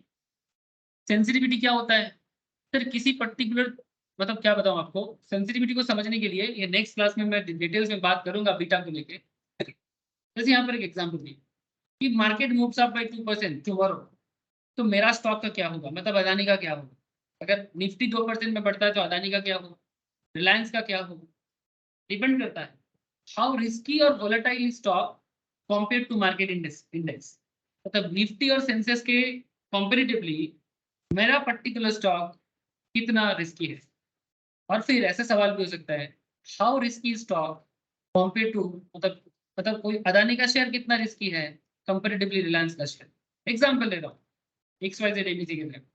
तो पॉइंट इज दैट जब हमें ये सब क्वेश्चन का जवाब ढूंढना है तब हमें बीटा चाहिए। अब उस बीटा से डिपेंड करेगा कि हम लोग किस तरह से हेजिंग कर पाएंगे। सर हेजिंग क्या है ये समझ में आ गया, कैसे लॉन्ग टर्म पोर्टफोलियो को हम लोग शॉर्ट करके हेज कर सकते हैं, ये बेसिक सिंपल आइडिया भी आपको समझ में आ गया। सिंपल था, बहुत ही सिंपल था, बट मैंने डिटेल्स में बोला क्यों? क्योंकि मेरा दिमाग में ये नहीं चलता कि किसी को बहुत सारा चीज पता है। मुझे पता है क्लास में ऐसे भी बहुत सारे स्टूडेंट होते हैं जिनको काफी आइडिया होते हैं, बट मेरा कोशिश ये रहता है जिसे कुछ नहीं पता मैं उनके लिए डिटेल्स में बोल देता हूँ, ठीक है? शायद किसी किसी को लगता होगा सर काफी लंबा हो रहा है शॉर्ट करो। सर नहीं, हमेशा शॉर्टिंग में नहीं चलेगा, कभी लॉन्ग भी खेलना पड़ता है, क्या करें सर? लेकिन कल के क्लास में हम लोग बीटा को समझेंगे और बीटा को समझते हुए हेजिंग कैसे करना है ये भी मैं आपको बताऊंगा। How beta will help you in hedging as well as stock portfolio, ठीक है। और इसी कॉन्सेप्ट को यूज करेंगे बाद में ऑप्शन में, जब आप लोग ऑप्शंस में, जैसे एग्जांपल दे सकता हूँ आपको, ऑप्शन मार्केट में जैसे कि सेंसिबल जैसे सॉफ्टवेयर बड़ा पॉपुलर है सर, ये ऑप्शन मार्केट में यूज होगा, ठीक है, बहुत ज्यादा यूज।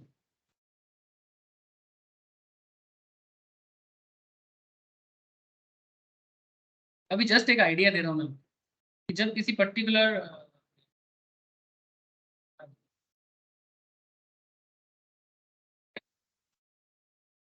जैसे ये देखिए, ये ऑप्शन है, ठीक है, फ्यूचर नहीं है, ऑप्शन है, ठीक है।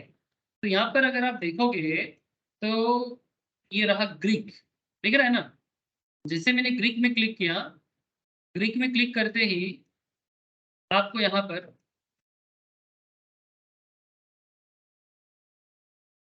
डेल्टा दिखाई दे रहा है सब।